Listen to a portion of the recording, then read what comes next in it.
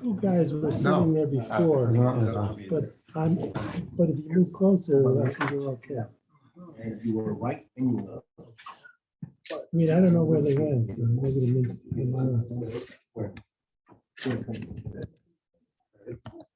oh, there's room here also. And here. Those are big books.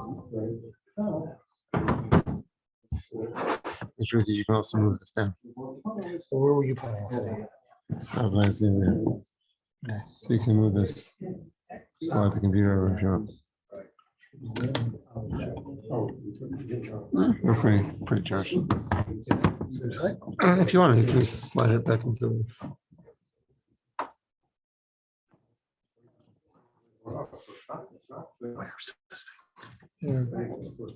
Flies over here, right? Is that long enough?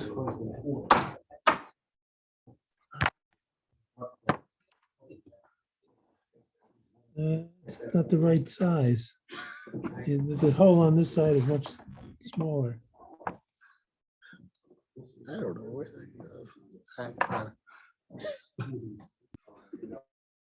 must be on the side. Oh, unless, wait a second, let me look over here again. Oh, wait, I got it. I think. Yeah, it's this side. Okay.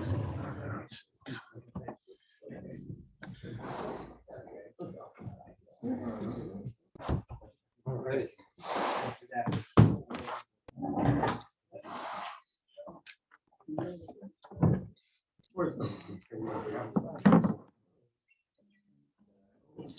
I hope so.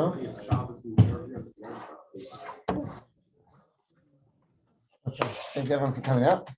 It's exciting to start a new world together. It's a new area in Shulchan Aruch. This will, at the same time, we're starting something fresh, and we're definitely going to be drawing on where we've been. Because obviously the sugyas of Hechsher Keilim are clearly rooted in issues of Tam Hechsher, and some specifics that we dealt with in Pasuk Halav are going to recur. We'll be coming back again to Kedushin and Kedushaini, and we're coming back again to Eini Ben Yomo. We're actually going to discover there's an entire simon about Eini Ben Yomo, or at least a part of which we will see, perhaps as soon as tonight. Hechsher Keilim appears in two different places in Shas, primarily in Masechet Pesachim and Masechet Avodah Zarah, and that sense of having two addresses persists through the Rishonim. The Rif, and therefore the Rosh discussed halachas of Hechsher Keilim both in Pesachim, the second parak of Shas, as well as the end of Masechet Avodah Zarah. The Rambam also follows the Rif, which is surprising. Usually the Rambam redid his organization, but he does discuss Hechsher Keilim in Hilchos Chametz U'Matzah, the context of kashering for Pesach, as well as the last parak of Hilchos Machalos Asuros, where he discusses a lot of the Avodah Zarah, Masechet Avodah Zarah kashrus topics. So the opening topic in the last parak, the 17th parak of Machalos Asuros, is Hechsher Keilim, and then in the tour in the Shulchan Aruch. The tour, it appears here in Yoreh, which is going to be our primary address, in Kuf Chaf Aleph. The beginning of the second Chelik of Yoreh in general is dedicated to kashrus topics that are rooted in Masechet Avodah Zarah. We were learning for a long time. We're learning Bas V'Chalav, which is in the first Chelik of Yoreh, Pei Zayin to Tzadi Zayin. The first Chelik of Yoreh is the kashrus topics that appear in Chulin, Shchita, Treifus, kosher, non-kosher species, Malicha, Dam, etc., and Bas V'Chalav Tarovas. All of those are rooted in Masechet Chulin. The beginning of the second Chelik of Yoreh is kashrus topics that appear in Masechet Avodah Zarah. We may make our way next year to some of those other ones. So the Shalachim, the other Machaleyachim, the Tfilas Keilim are all here, and halachas of Yayin extensively. In the midst of all this, Siman Kuf Chaf Aleph is the siman about Hechsher Keilim in the tour and in Yoreh. And the tour, in Shulchan Aruch, Yoreh Kuf Chaf Aleph, and Or Chaim in the middle of Hilchos Pesach, Or Chaim Siman Taf and Alpha, Taf, and Beis, are the other address of Hechsher Keilim, both in the Torah and in the Shulchan Aruch. We're going to see that the Torah has a tremendous amount. The Beis Yosef has a lot in Yoreh, but when the Yosef Kar wrote the Shulchan Aruch, he actually, as we're going to see, actually sends you for a chunk of the halachas. Go see what I wrote in a lot about process. So go see what I wrote in Hilchos Pesach. So we're going to be working initially from Avodah Zarah, then we're later on going to bring the Masechet Pesachim on board as well in terms of our learning. In terms of Torah and Beis Yosef, there is a lot in Yoreh. We may make occasional references to Archaim. I think really, if in terms of having a volume of Torah, I think Yoreh should generally really be sufficient. In terms of Shulchan Aruch, there are definitely going to be, as I said, the Shulchan Aruch sort of shifted a lot of the center of gravity to Archaim. So having a Mishnah Berurah, okay, it's going to be not tonight, but going forward will be significant. I'm grateful to Eric. We reached out. People want to place an order. What you have. Somebody may have that volume of Torah Shulchan Aruch. Say which edition you're using for Basa B'Chala, it either does or does not include Kuf Chaf Aleph. And then if what? They can switch. And then depending on where Ellen wants to go next year, if we want to move into future topics to include Machal Yaakov and Fields Keilim, so that volume you'll get a lot of mileage that way. I'll try to make it up to you somehow. But the truth is, going back to the very beginning, so the earliest source, from the outset, Hechsher Keilim has two addresses in the Chumash. It appears in Parshas Tzav and in Parshas Matos. And we'll begin with Parshas Matos. In Parshas Matos, the Torah is in the context of Milchemes Midyan. The Jews are going to war. Kadosh Baruch Hu commanded the Jews to go to war against the Midyanim, not against the Moabim, because we are restricted in terms of how we interact with Moab. Moab and Midyan had together started up with the Jewish people. Kadosh Baruch Hu tells Moshe Rabbeinu to tell the Jewish people to go to war against Midyan, and it's an incredibly successful war. In Parshas Matos, the Torah speaks both about the actual war and what they did afterwards. And one of the many tasks the Jews have afterwards is how to take care of the Keilim. And here the Torah speaks about the gold and the silver, the copper or the bronze, the iron, the tin, and the lead. The Torah mentions 6 metals: Zav, Kesef, Nechoshen, Barzil, Begil, and the Torah says 3 comments.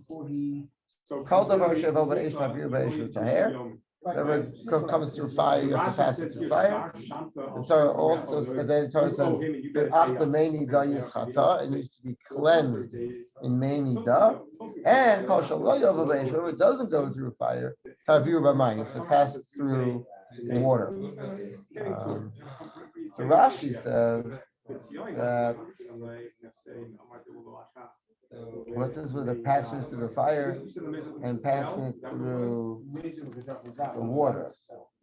So Rashi says passing through fire, that means kashering, and passing through water, that's tefillas kelim. So this Rashi says that the Tavir b'mayim is the din tefillas kelim, which appears in Shulchan Aruch, appears in the end of Avodah Zarah, and appears in Yoreh, and the Kol Davar She'avo Ba'esh Tavir Ba'esh, that's a reference to Haggalah.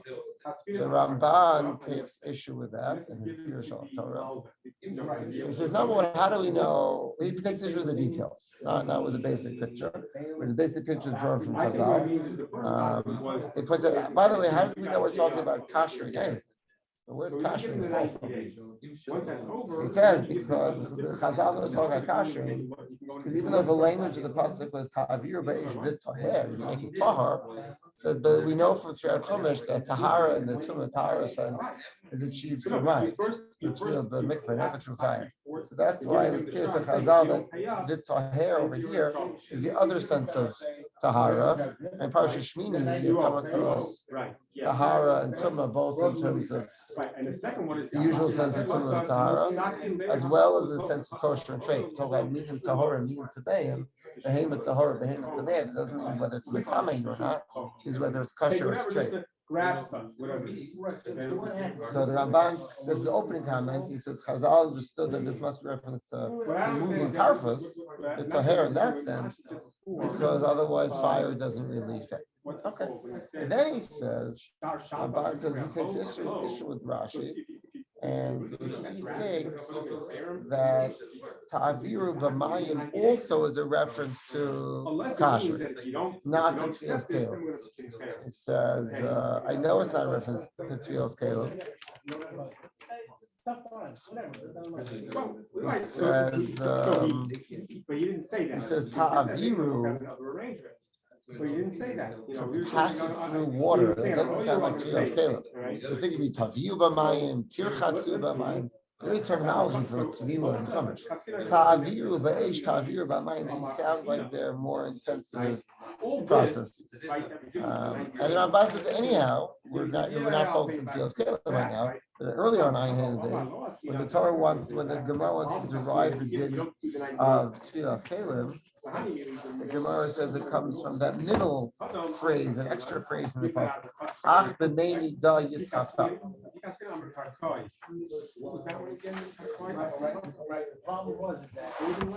B'meini da yischata. Or the word v'taher. So the Gemara doesn't reference that second phrase, kavir b'mayim. Ramban says he disagrees with Rashi. He says the Ramban raised the issue, which maybe we'll come back to if we get to Ramban is not sure whether tefillas keilim is daraisa or rabbanan. Right. So he says if it's daraisa, it's from achvadeini da yischata. He says I have two phrases that deal with kosher keilim, getting rid of the tarfus, and which are therefore relevant not only to metal but to other materials also. If it's not bought ba'esh, then tavir b'mayim. So what does tavir b'mayim mean? Ramban says what this refers to is what our Gemara talks about. Our Gemara.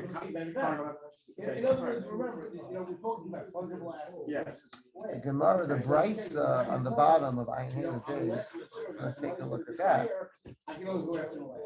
Okay. Tanarabanan. So the third wide line Ayin Haim Days.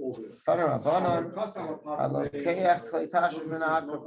If I buy functional keilim, meaning keilim they're used for food, for menachri. It's something that the Nachri didn't use, a new Keilim. You have to take them to mikveh. Tefillas Keilim is relevant, independent of whether that includes kasher faith. So that's case one. Case two, the I did so name. You have Keilim that the Nachri did use, but only with cold. You go in kosos, ketonios, slochios, things that are used for cold beverages, cups and flasks. And the pitchers and so forth, they may have been used for tray for beverages. They may not have only been used for water, maybe use it for a tray for wine, or maybe use it for tray for beer, or a tray for juice, whatever. So then, or tray for milk. So madicha and madbil and vein tahor. You have to rinse it, you have to madiach, and then if it's metal or glass, total it, and then it's good to be used. Case number two. Case number three, something used with heat, with hot liquid, like Yoreh's kumkamusa chame. Pots are usually kumkum as a kettle or some other device used for heating water. At that point, you have to do hagala in hot water. And finally, case four, if it's used directly in the fire, dry heat, like shputin v'askalos, if I have a spit or a grill, and then I have to kasher and leave. So here this Brisa presents four scenarios. A scenario where there's no need for Hechsher Keilim whatsoever, merely for tefillas Keilim, if it's new, if it's unused. And then three varieties of Hechsher Keilim. Hadacha, Hagala, and Libra. He says, working back, Hagala Liban, where what we usually think about in the world of Hechsher Keilim. If the Deah was through hot liquid versus the Deah was through dry heat, Hagala versus Liban, putting it through sticking to boiling water as opposed to putting it in the fire and until it glows. But before that was Hadacha. There's no blue. It's just dirty. It's just sticky. He's not using a wine glass. He has a wine glass. I have to make sure that there's no residue. So we're going to have to do hadacha.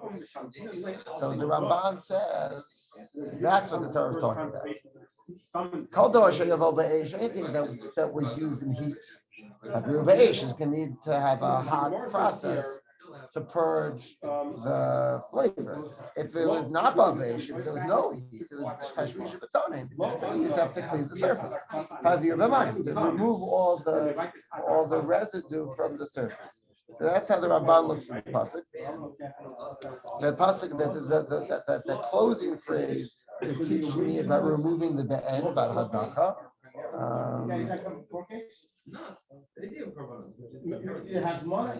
And the first phrase, Tavir Be'esh, is both Haga'ola and Liban. And how do you know both Haga'ola and Liban? Ramban says, I might have guessed that Tavir B'mayim means Haga'ola, hot water. And it wasn't directly in the fire. Ramban says no. Kol Dor Sheva Be'esh means that's the cherem against dry heat or wet heat, they're both included. Tavir Be'esh means use heat. How do you know there are two different ways to use heat? So the Ramban indicates that that's part of what the Torah is alluding to with this long list. We began with a list. The Torah has 6 different metals. This is all the 6 different metals: the gold, the silver, and the copper and iron, tin and lead. So when we get back, so one significance of that list is for tefillas. Tefillas. This I know that tefillas can apply to metals and not to other materials. There's no tefillas Keilim on wood. There's no tefillas Keilim on rubber. There's no tefillas Keilim on earthenware. Only metal, and midrabanan also glass. And there's the further machlokas achronim whether how if you have a metal that's not on this list. That's the machlokas. Shal gets involved in that. More recently, Moshe and Zakov. Kameski discussed that. So one significance of the list may be that only these 6 metals are not aluminum and not titanium and not palladium. Platinum, pretty expensive plate. But others understand that's not the case. Ramban indicates that this list has relevance. Forget about tefillas Keilim, is even relevance for Hechsher Keilim, because he says bronze and iron and even gold and silver might have been used in dry heat, but the tin and the lead were never used in dry heat. They were only used as pots.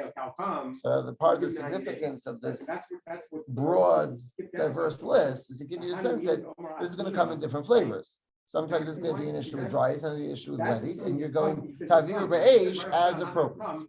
And this is the principle. The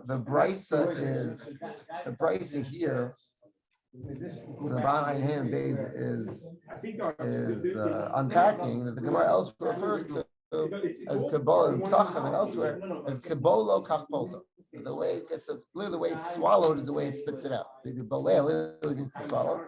Maybe Polit literally means to spit out. Using metaphorically, the way the absorbs is going to drive the way in which it exudes, the way you remove the flavor. So if it was just a blia, the chamin, wet chamin, so all you need is hagala. If it was a blia, or dry heat, then hagala is not going to be sufficient. You need to do leaving. We're going to get involved going forward. Then I'm going to bring my guys and they're going to see the stars in the details of that, and looking broadly, as we progress in the halachas of Hechsher Keilim, one major issue is going to be right? is going to be this question of figuring out which of the kashering processes am I supposed to use. Am I supposed to use Haggalah? Am I supposed to use Libra? We're going to see that also Rishon are going to say there are different subtypes of Haggalah. I do Haggalah B'Rishon, I do Haggalah the Irui, and so on and so forth. So there's one major issue is going to be which process do you choose? And let's not forget, we'll come back to in a moment. We'll begin with the first process the Torah speaks about, or one of the processes the Torah specifies. The first one that the Brisa speaks about, and that is Hadafa. That's the thing between that. What do you do with Tashmishim and so on? The other major issue, in addition to which process you use, is thinking about different types of Keilim. You look at different processes, but look at different types of Keilim. That discussion, you mentioned before that Hechsher came here two places in Chumash, so here the Torah doesn't really differentiate between different types of materials. It has a long list of metals. In Parshas Tzav, the other address in Chumash for Hechsher Keilim, so we don't write the address cluster right away. But the shop in Parshas Tzav, the Torah does highlight the issue of different materials are different. In Parshas Tzav, the context is not Giulei Nachrim, not Keilim that you got from a non-Jew, and it has the blias of the non-Jews trade for food. There it's the opposite. There it's holy blias, or holy blias that became traits, or are going to become traits. In Parashat Tzav, it's what do you do with you have a pot in which you cook meat of a carbon chatas. That's a scenario that the Torah describes.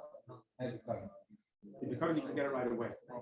So what's the issue? The chatas is puzzle, so you shouldn't be cooking in the first place. You should burn it outside of the mikdash. The answer is no. It was a beautiful carbon chatas. It was totally kosher. It was developed.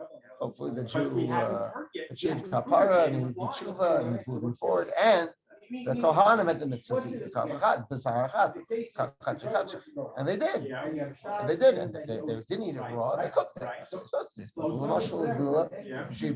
It should be prepared in the most appetizing, most elegant way possible. And they did. They cooked it. So we say, and then what? The problem is if you were to leave over any of the meat of the carbon, because he was talking about, but so the next day it becomes nosar. Whatever is nosar is terribly traced. Right. Right. It has to be burnt, and it's a isakari to eat it. The question is, we ate up every morsel of the meat. Yeah, but the pot is bolea. The blias of at the time, the blias are not only mutter but kadosh. Yeah, but tomorrow morning, the blias are going to be nosar. So the Torah has a couple of rules for how you clean up after carbon chatas. One, and then you have a parak in Zvachim, and we will come to this. The parak dam chatas. Called dam chatas. One of the Torah has is is a special mitzvah for how you clean clothing that got any blood splatter from a carbon chatas. You don't just put in the washing machine. You have to wash it in the mikdash. Funny, I didn't mention the second night of Pesach. I mentioned that the first day of Chomoy Pesach, the Hechsher, the Azara becomes a kitchen. You start roasting, you start toasting grinding the barley, leil, the first night of Chomoy Pesach in preparation for carbon. I mean, he says the Torah here describes it. Sometimes Al Pidin, the Azara becomes a laundromat. If you have the din of dam chatas, you have to wash the clothing to chabes makom kadosh. It's a fascinating thing. So one of the topics in Parak Dam Chatas is that of holy laundry, sacred laundry. And the other major topic in Parak Dam Chatas is this thing, is holy kashering. The Torah says that you have the blias of the chatas. So the Torah says if it was in a bronze kli, you're going to kasher it, and it's a mitzvah to kasher it. You're going to kasher it dafka in the mikdash, and we'll get to later on. Hot water and cold water, marak v'shutaf. The extra steps in the process is dafka the mikdash. It's not merely a question of removing tarfas, but it's actually a mitzvah. And we'll get to some of the details. Some of these will have relevance for our type of kasher. So the first detail that has relevance, the Torah here This is where the Torah specifies if it's in a bronze kli, you can kasher. If it's a kli charas bushal, if you cooked it in a pottery, so then just break it, just get rid of it. No kasher. It's in Parshas Tzav, as I mentioned, a couple of details. But one of the key details from the big picture view for where we're at right now, sort of starting the view from 30,000 feet, is that the question of picking between different koshering processes, different ways that the kli was historically used, and different processes you're going to use to kasher, that's the focus in Parshas Matos. The question of differentiating between different Keilim, that's a story that begins in Parshas Tzav, with the differentiation between cheres, which is not kasherable or very difficult to kasher, versus metal, which is easy to kasher. We're going to see as we progress through the halachas of the Hechsher Keilim, those are going to be the two major questions. How and which? Well, what's the kashering process that I use? How do I do each kashering process? And how I choose the kashering process? And the question of special keilim. Which keilim lend themselves to kashering in the usual way? Which keilim need special care? And which keilim are just unkosherable? So there are going to be a number of different variables there, but the first of those variables appears in the Chumash, and that's the question of what material, specifically metal versus earthenware. And that's sort of the big picture view from the psukim, from this opening brace on the bottom of Ayim Beis, and sort of thinking about the two major sets of questions are thinking about cooking and koshering processes, and thinking about differentiating between different types of keilim.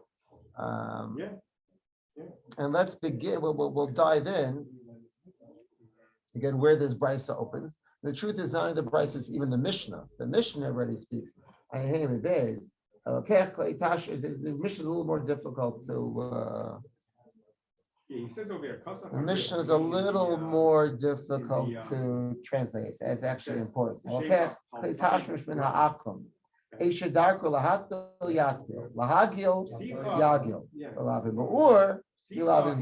That which is normal to the derech is to be matbilit. Yeah. To be matbilit. If it's derech to lahagil, you have to be matbilit.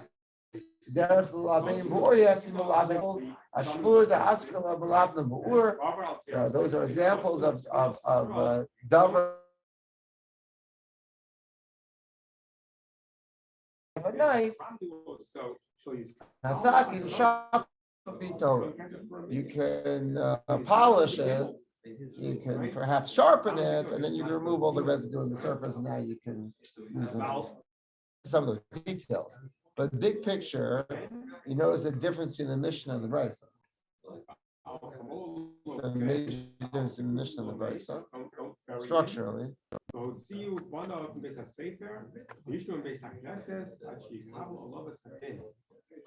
How many cases of the Brisa? 4.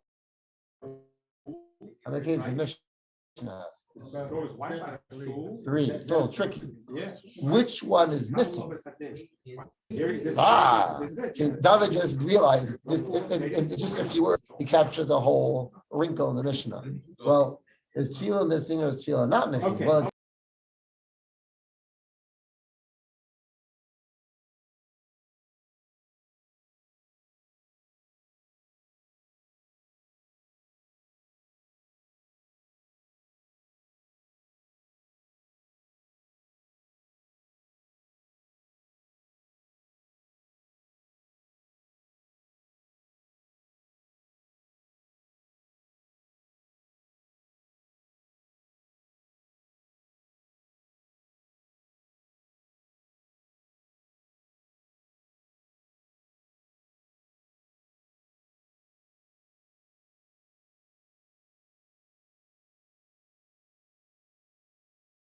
it's the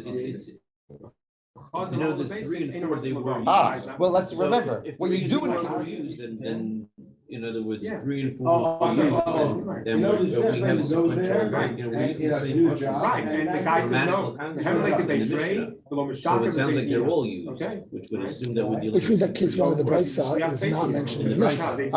Right, well, let me put it this way. Case one in the Brisa was, it's a new Keilim. What do you need to do? Just three. Tovel. Right? Case two, when it's a used Keilim, it's only used with cold, drinking glasses. Again, nowadays, I should probably think get a little more complicated because of the way we wash dishes in hot water. So that's something to bear in mind the background. Okay. You gotta pay the court costs. But it's Davish Tashmisha Batzonin, so I have to do Hadacha and Tefillah. What does the Mishnah say? Whatever case the Mishnah is talking about, the answer is Yatbil. What does Yatbil mean? Tovel it or clean it? It sounds like tovel it. You gotta pay off the. So it sounds like But in the context of the other two cases, it means good. So Rashi says, Rashi has a kolomar.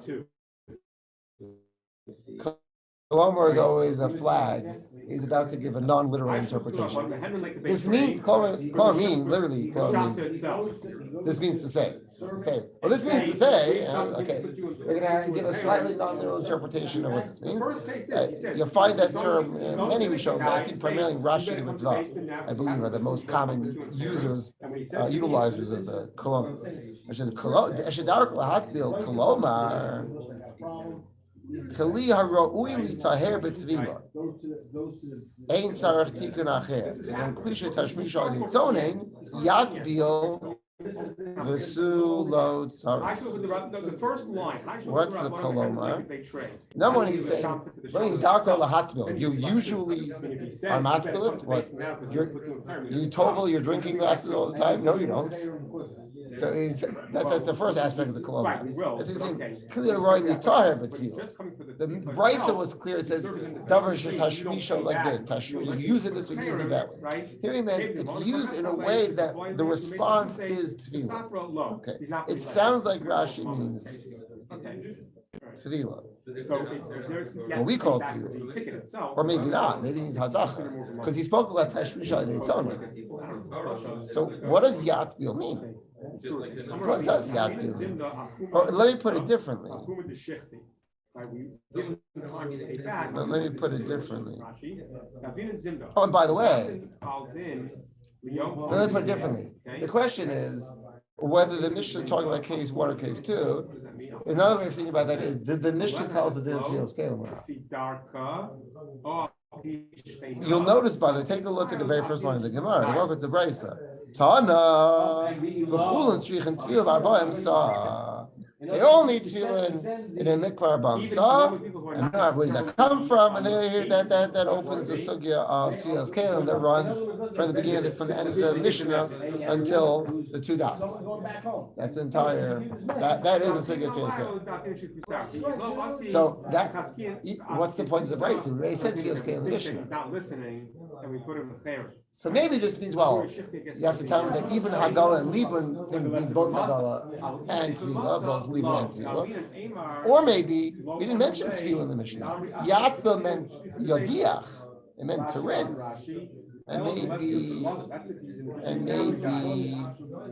the Brisa is telling me for the first time the dinner feels Keilim. Interesting question. Okay, it's about to become practically relevant.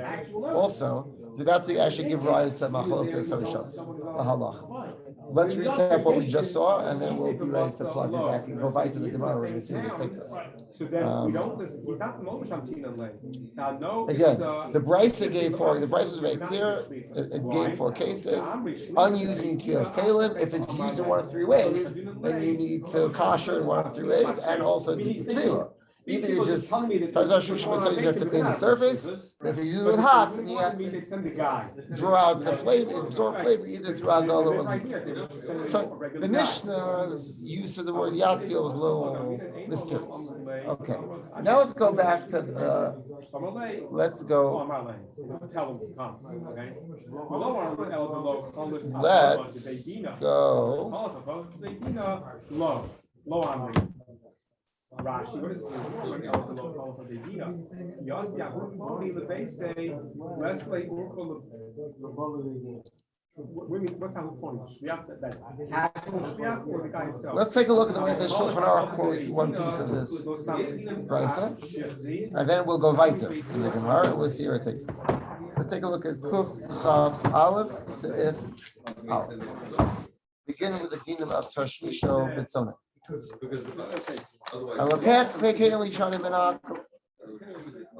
I buy old Keilim from the guy. Because again, the previous simon Kuf Chav was Tfilas Keilim. So Tfilas Keilim, regardless whether it's new or old. But now if they're used, if they're not case 1, if they're cases 2, 3, or 4, then Kederch Shnesh Behem Ha'avu Kachavim Kachu Hechsher Kibolo Kachbol. That was the primary principle of the Brisa, and that's our starting. We had said before, 2 major issues are figuring out processes and looking at unique types of Keilim, and we begin with the question of processes, the focus of Parashas Matos. Lefikach. How does that break out? Now he gives the first of the 3 types of kashrut.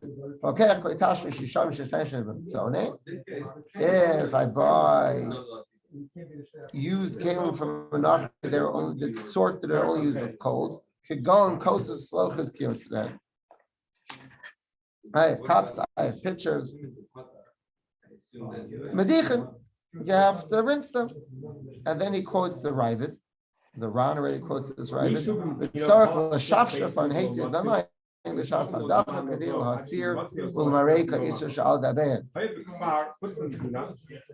Yahak showed from the mind. The Ravid is very specific. It says you can't just be that you rinse it, even if the language of the Bryce was medicha, more than just a rinse. Ravid says after you take it to mikvah. So the Bryce says if it's new, just bring it to mikvah. If it's used, then medicha matila. Clearly, medicha is more than just matila. Or they just take it to mikvah, they'll be 2 for 1. So the Ravid says that's the Shulchan Aruch is going. Obviously, medicha means you got to scrub it. Scrub it, they should get all the little bits of gook off. Look, there may be a little bit of wine, there may be a little bit of milk, there may be some, the sugar may be sticky, the fat may be sticky. You got to really put in some alcohol grease, and then rinse it when you're done scrubbing. I showed from the line. And then Madvil on them toes. After that, you take it to mikvah, assuming that the Shach points out, take it to mikvah. Sivkat beis, dafet klima techas sarv to do because the else in mikvah will come on beis. Okay, remember, Tfilas Keilim is done applying to metal. Every drabban to glass. If you have a ceramic mug, that was only used for cold. So you have a wooden cup, a wooden pitcher. So those you're just going to have to do hadacha, shifshuf, but no tefillah. Okay, but it requires tefillah, so you'll clean it, and then you do tefillah.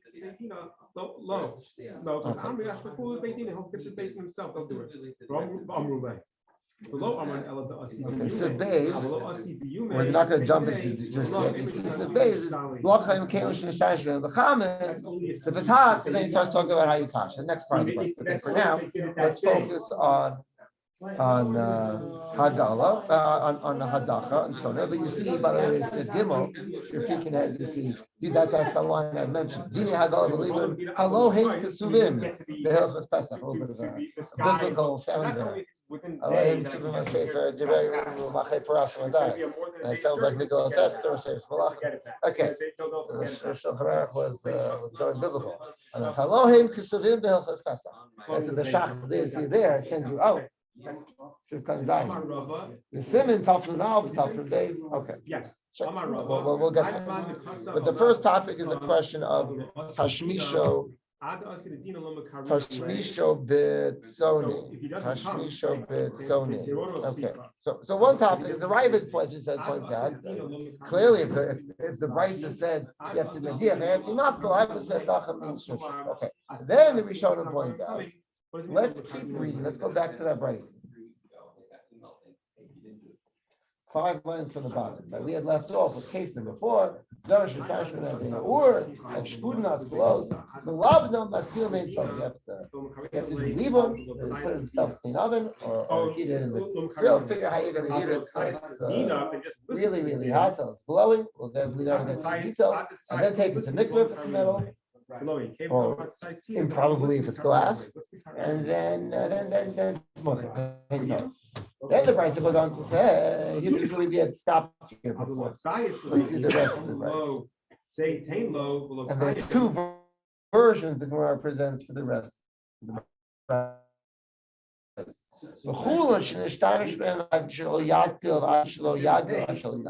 Let's say you used it with or Allah or Libur. So then what? It was wrong to use it without doing your proper process. You didn't. You got it for nothing. You just brought it straight to the kitchen and got right down to business. And you made food with it. So now it's together. Now it's already at fact. So what happens to the food? I did it. I violated it. I didn't process the kli properly. You make the food trays. So the Brisa says we saw this part of this. Tani chata also, but Tani idach. 2 versions of how the Brisa ends. One version says, and if you didn't do hagala tevila hagala libun, the food is treif. And the other version Brisa says, no, you have to do all these things. The food is wrong, and the tshuva for the maisis, for the food is kosher. And the Gemara says, so what's going on with the 2 Brises? So the Gemara explains. Question is, no same time live down. It's a question of no time live down. Here's the Gemara begins to explain. If you leave it so it's no longer ben yomo, you leave it beyond it. It's no longer the same day. I bought it for the nachar yesterday, and I use it today. I use it tomorrow. It's an erev ben yomo. I was supposed to go through all this process, but if I didn't, it doesn't make treif because the belia is already nifkam, and the belia, when the belia comes out, it's going to go into the belia of the old non-Jewish food comes into the Jewish food. There's no sentam b'chtam. It's reducing the quality of the food because it's an old belia, so it doesn't make treif. Right? And that's the issue. How do we look at no sentam b'chtam? No sentam b'chtam mutter aser. We pass the mutter. That's why we would say is mutter. By the way, you see why Simon looking at Ayin Hayim, just looking at the Amud, you see the order of Yoreh. The middle of the Amud is Simon Kuf Chav to his Keilim. Then towards the wide lines at the bottom are Simon Kuf Chav Aleph, Hechsher Keilim. And then the last few lines are Simon Kuf Chav Beis, no Sintam L'Fam. Here you mamish see the way in which the Tur often use the Seder HaGemara. We're talking before we got started about the first 111 simanim, Chelak Aleph is the Chulin Sugyas, and then Kufyu Beis and on is the Avodah Sugyas. You see mamish simon by simon, Kuf Chaf Aleph, Kuf Chaf Beis over the course of Avodah Zarah and Hayim Beis. Now, but here's what's interesting. There's a lengthy Rashba. I put in my comments as a optional. It is a long Rashba and a very beautiful one. You have to have the time and the patience to sort of read step by step. They have to read it more than once. It's a little complicated first. You see a few times, and everything begins to fall into place. The Rashba wonders about the following. Do you notice anything interesting about this latter part of the Bryce that we just saw? And you'll see now why we saw the Mishnah. We saw the beginning of the Bryce and went back to the Mishnah, and then we came back to the end of the Bryce. Well, what was clearer about the beginning of the Bryce than the Mishnah was there were 4 cases. Right? They were clear. It was clear what they were: unused, used in cold, used in hot, wet, and used in hot, dry. And it was clear that there are four responses: Tvila, Hadachan Tvila, Hagala Tvila, Libun Tvila. What do you see at the end of the price? But let's say any of these Keilim, I use them without what? Shlo Yakbil, Shlo Yagil, Shlo Yilabin. Here the price says using the language, the formulation of the Mishnah, only 3. And once again, Yatbil, Yagil, Yulabin, the same as the Mishnah. You see that? What does Yatbil mean? Does it mean you didn't do Tfilas Keilim? Or it mean you didn't do Hadacha? So the Rashba says, he says, well, Yesh Mefarshim this way, Yesh Mefarshim that way. So first he says a Yesh Mefarshim, and he tells you at the end of that Yesh Mefarshim, it attaches some pretty serious names. He says it's his Rebbe the Ramban, and it's the Rambam. Said, Achlo Yatbil means Hadacha. You didn't scrub it. It can't be Tevila, even though it sounds like Tevila. They say, number one, in the Mishnah, Es Shadarko sounds like it's the way you use it. Es Shadarko Lahatbil is not something that needs Tefillah. It sounds like the way you use it is with cold fluid. So they're already connecting the language of the Brisa to the language of the Mishnah. And then they also say, look at where the Brisa goes. Right? There was a machlokas Brises about what? But the Deah that you didn't do Tefillah Hagal Libon is a kosher trade. Oh, no stam of gam. If no stam gam mutter, as we pass, then it's mutter together. If not, it's usher. Come again? You didn't tovel it? It's going to depend on no stam of gam? Ramban says that doesn't make any sense. Tefillah scale is relevant even if it was never used. What does it do with it? And it has nothing to do with removing the tam. No kesher, no stam. Gam. Of course, and he goes on to say, no, it's the concept of stam of gam irrelevant. The whole issue is irrelevant. Everyone agrees that doesn't make the food trade. There's no machlokas about that. Kuli amalo pligi, that if you bought new glasses, you bought a new frying pan, and you didn't do tefillah and you used it, you drank out of the glasses, you made eggs in the frying pan. Yeah, I violated the mitzvah of a tefillah Keilim, and the drink and the eggs are kosher. That's not up for debate. The Ramban said, the Rashba quotes the Rebbe the Ramban. Clearly, this doesn't mean tefillah. This means hadacha. Says what we're using as a set of three, both in the Mishnah and the Brisa. It means hadacha. It means hadacha. It means hadacha.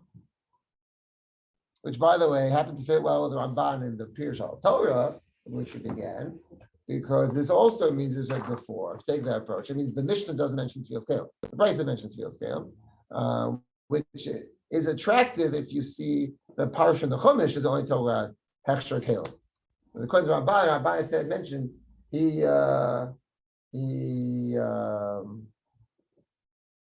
entertains the possibility that maybe Tefillah Keilim is entirely Drabanan, and the references in the Psukim are just Asmachta, and the Psukim really in Torah only talking about Hechsher Keilim, and that the Ramban thinks that the Mishnah also is only talking about Hechsher Keilim. The Gemara quotes Brisa to talk about Tefillah, but the Mishnah is only talking about Hechsher Keilim. Okay. Then the Rashba says, but there are other Rishonim who disagree. The Raiva disagrees because the Tzarfasim, the French, meaning the Bayatosos, disagree. Ultimately, the Rashba indicates that he also is on the side number two. And they say, no. Lahatbil means Tefillah. Tefillah means Tefillah. Tefillah doesn't mean Hadacha. The Brisa, Mela the Mishnah, but this Brisa, the Brisa itself just differentiate between Hadacha and Tefillah. Then you say, but now in the next line we're reusing the word in a different way. That's very difficult. But then why did you say Ad Shelo Yatbil?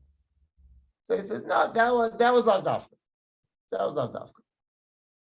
Surprising, right? That was Lav Dafka. Why do I care? Why does it make any difference? It makes all the difference in the world. For our topic, where we're beginning with the question of Tashmisha B'tzonim, let me ask you a question. Let's say I bought drinking glasses from an Achri. Used. I didn't rinse them. I didn't scrub that. Took them to mikveh if need be, but I didn't. Maybe they're not even in a glass of milk. I didn't even tell you need to take them to mikveh. Or I did take them to mikveh. I didn't take them to mikveh. A kitzer, and then I used them without hadacha. What's it do?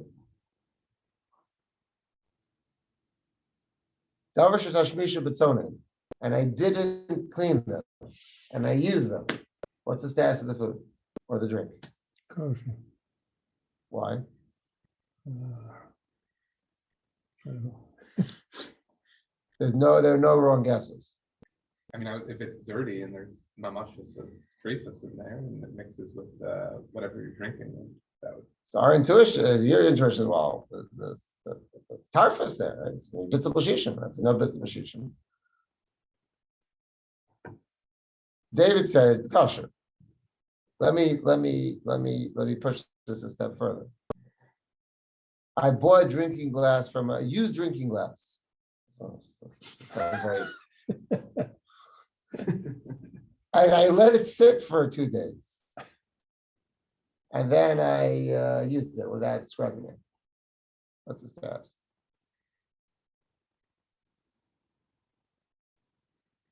You know it's you. And it's not Plug it in. When the Bryce spoke about what happens in due process. And the Bryce, we all that's not which cases did the Bryce address? Spoke about if you didn't do Hagala, if you didn't do Libun, and if you didn't do Tevila. What does Tevila mean? So according to the second approach, the Ravid and the Sarfasim and the Rajba, Tevila means feels Keilim, it really doesn't belong on the list. Okay, that was just Agav Gerara. The point really didn't do Hagala, didn't leave it. According to the Rambam, and according to the Rambam, if you didn't, Achal Yatul means Hadacha. So the Bryce is saying if you didn't do the libun that you need to do on the grill, or you didn't do the Hagala you need to do in the pot, or you didn't do the scrubbing that you need to do on the drinking glasses or the plates. No sintam of gam is mutter. In other words, this machlokas of how you read the Mishnah and of how you read the end of the Brisa is really machlokas halacha l'maisa. The Rashba makes this clear. The Rambam, again, Rambam Mishnah Torah isn't overtly trying to say pshat in the Gemara. He's giving dinim. So he's very clear. If you didn't scrub it clean, or you didn't do Hagala, or you didn't do Libun, if there's Eina ben Yomo, muter b'diavad. In other words, the Rambam, the first view the Rashba quotes, hold that Eina ben Yomo is relevant not only to Belias in a Kli that would be removed through Hagala or Libun, it's even relevant to the Guk on the surface. That yes, Guk on the surface is an issue, but Eina ben Yomo, according to Rambam Ramban, Eina ben Yomo is relevant even to Guk on the surface of Kli. If residue sits on the Kli between 24 hours, but if you didn't, it won't make trade. Don't worry about shish. It's no satam of gam. No satam is only something that's nivla sitting in the kli is going to pick up the like earthy flavor. But if he says if it's exposed to the air, why is it any different than leaving a piece of meat? If you leave a chunk of cheese counter for 30 hours, you don't say now Arav, anybody yomo. Again, if it really spoils, okay. But very sanitary. It sounds like we have a doctor in here who not be so happy with that approach to food safety. It might not be so healthy. It might not be so tasty. But you're not going to necessarily say it's every piece of food that sits out for 24 hours is automatically Eino ben Yomo and doesn't make anything treif. No, he says the Rashba explains based on the right. He says no, Eino ben Yomo is only the blias within the kli. That's the machlok. So we showed him residue on the surface of a kli, surface residue. Be'en, is there a din of Eino ben Yomo, a hechsher of Eino ben Yomo on the end? And that brings us to Siman Kuf. This is adjudicated in Siman Kuf Chaf Beis, where he tells you if you have a year day, you can take a look. If not, you'll. I'm sorry, the copies don't go that far. You have to trust me. Opening Sif and Kuf Beis, no Talmud Kamas Mutter. Okay, that was a machlokas in the bottom of Ayin Beis, and we passed in Mutter. What are cases of no? Now that we know those Talmud Kamas Mutter, if something is you're adding something into food and it's a net negative to the food, it's being poked in the food, even though it's not nifsal me'achila, but it's a net negative, it's being poked in the food, reducing the quality of food, that doesn't make the food trade. So what's an example? So number one is Kusif Beis, I tell you, Kadeir Sheina Bas Yoma. You're not allowed to cook in it, but if you did, it doesn't make the trade. Okay.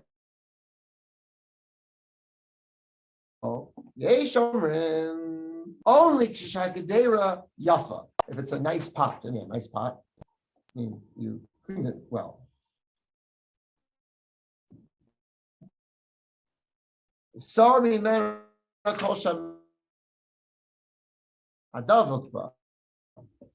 You removed all of the and you didn't do Hadalah. Below Hidicha Yafa. I think maybe this is a typo. It's not Shakaderi Yafa, maybe Hidicha Yafa. I'll take a look at the different edition. What do you have before? The beginning of the Sif, in your edition.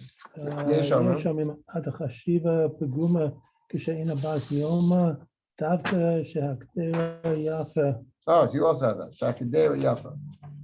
So that was like Hidicha Yafa. Because the next line says, below Hidicha Yafa, if you didn't scrub it well, going back to what we saw in Kuchabal, the right of it, that the Hadacha means Hadacha Yafa.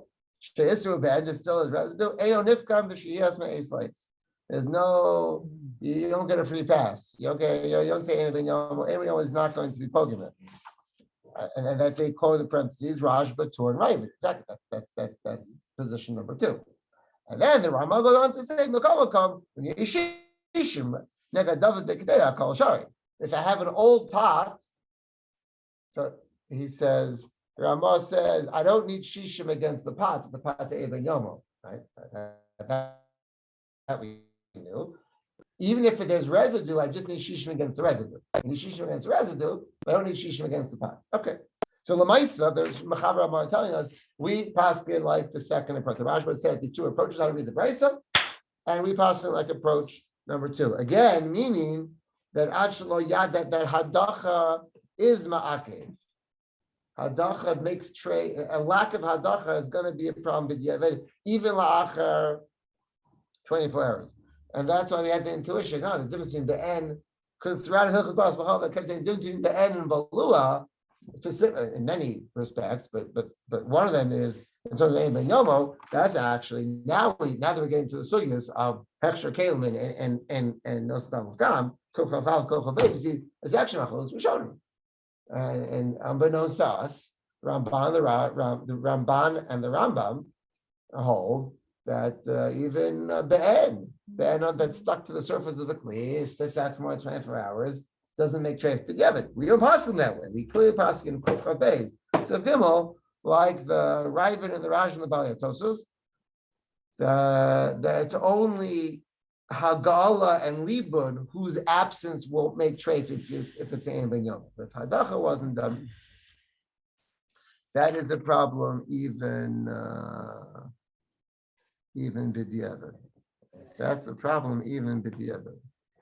Those opinions who hold that even after Ben Yomo, the Be'en would be pagam. Right. They're not going to say that if there's actual pieces of meat.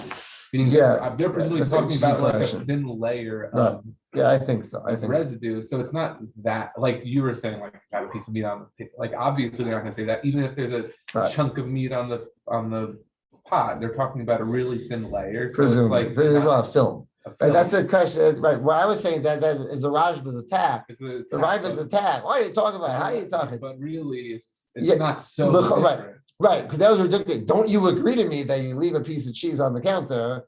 Right, and they probably do agree. Right, they would agree. They probably would agree. The question is going to be where you draw the line.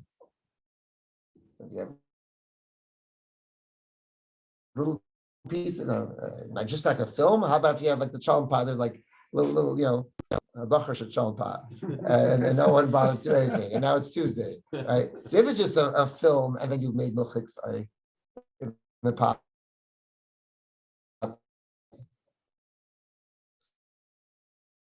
And that would be machlokas. So I say there are a few pieces of barley. But also, the Ramban would agree the problem or not. Little strands of meat. I don't know. I don't really draw the line. It's not poskim don't discuss it as far as I know because we don't pass the Ramban. But yeah, Nechanami, according to Ramban, you gotta figure out where would you. There has to be some line. Presumably that would be their response to the Rivas reductio ad absurdum. And the question is exactly the line is a good question. There are two other issues in the world of zoning that we're not going to discuss now. We'll pick up with next time. But it already flow from this chunk of Gemara as well. Let me just lay out what they are. One is what the Rush calls Hechsher lachatzon. Let's say I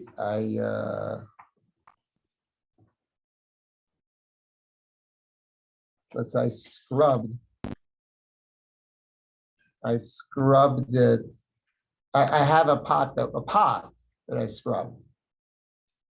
So does that work? I mean, obviously I can't use the pot for hot until I kasher it. But let's say I'm not. I'm just going to use it as a fruit bowl. It's a pretty glass pot, and I just want to use it as a fruit bowl. I bought it for the nachri, used it as a pot. I have loads of pots, but I can use a good glass fruit bowl, and it has sort of the right shape for it. It's decorative, so I just want to scrub it and tovel it, and right. So that the Ramah picks up on in Sif Hey. That's what the Rush refers to as Hechsher lachatzon. That's an interesting question, and the other version of that is, let's say I have a grill, I have a pan, I have something that requires libun. I'll just do hagala and just use it with liquid, and they're not the same. But we'll see about that. That's one interesting question. Another point that the Ramah raises there in Sifhei is somewhat related. Is the minhag to kasher everything, to do hagala and everything. If you bought things from the nachri that are tashmish b'tzonein, but my said usually our minhag is everything goes in the kashering pot. Maybe somewhat relates, or the flip side of chati, or the reverse of chati hechsher. And then the third interesting question is something that Tosas here raises. And that is the Tevila have to come after or not? How have I did the Tevila before? Does the order matter? So big and fasting machlokes rishonim. So we're going to pick up with all of those issues in Mitzvah Hashem next time. Next week we will in Mitzvah Hashem be able to meet no time. Beyond that, there may be a week or two where we move to a different night of the week, or we may have to just give more comments, but we don't have maybe on the road a little bit. On the road, Simchas, so we'll have to grab Richard. Next week should be normal. We'll pick up next week, Richard, with some of these issues, with the issues of the Seder of Tefillah and the issues, we'll start to get into some of the issues of Hagala. I'm sorry I don't have my comments ready now.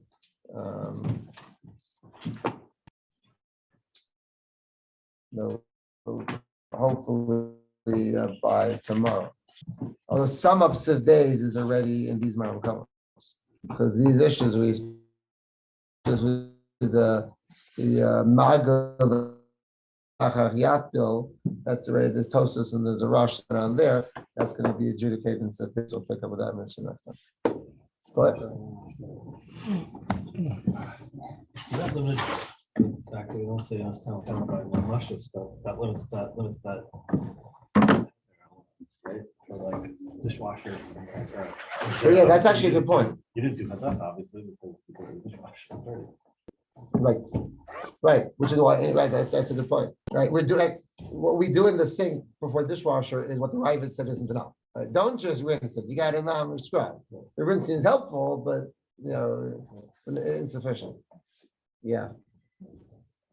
Yeah, and that's why, again, remember, anyhow, it'll only help you, thank you. It'll only help you if you eventually wait 24 hours, which is itself. It's hopefully not common practice. Oh, it's just sitting and soaking in the sink, mainly. Because a lot of times it happens, like I know it's happened, I think I ran the show where Friday afternoon, they put something, they ate something for Shabbos and they put it in a dairy sink, or something that had dairy in it. And then no one even looked at the dairy sink. It was looking at Shabbos. It's on a short Shabbos. A long Shabbos, maybe a short Shabbos. Yeah. Unless you're sometimes the Hashkama people. If your whole family is a Hashkama family and you're eating Israeli style, eating your morning food at 10:30 in the morning, so then you'll be Shkech.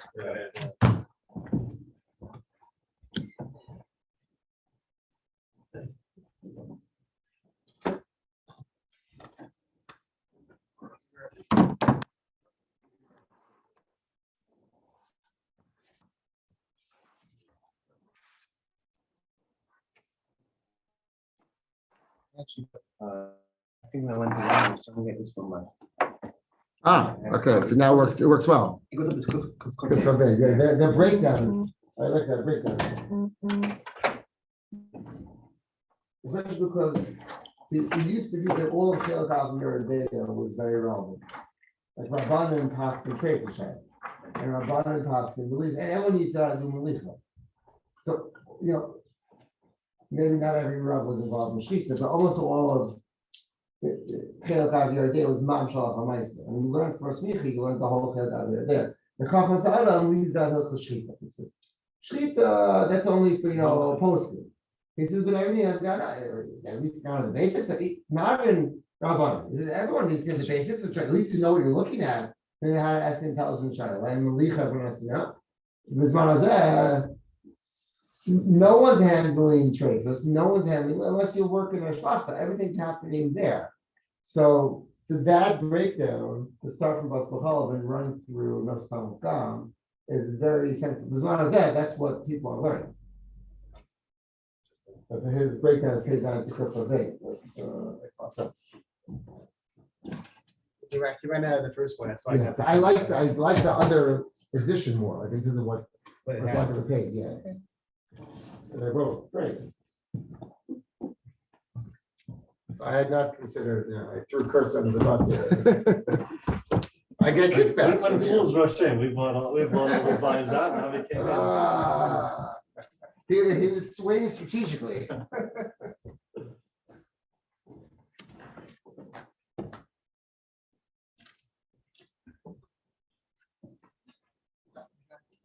He ordered it, but he never stopped. I'm going to send out. I meant to do it there too. I'm going to send out links to, at least temporarily, Hebrew books.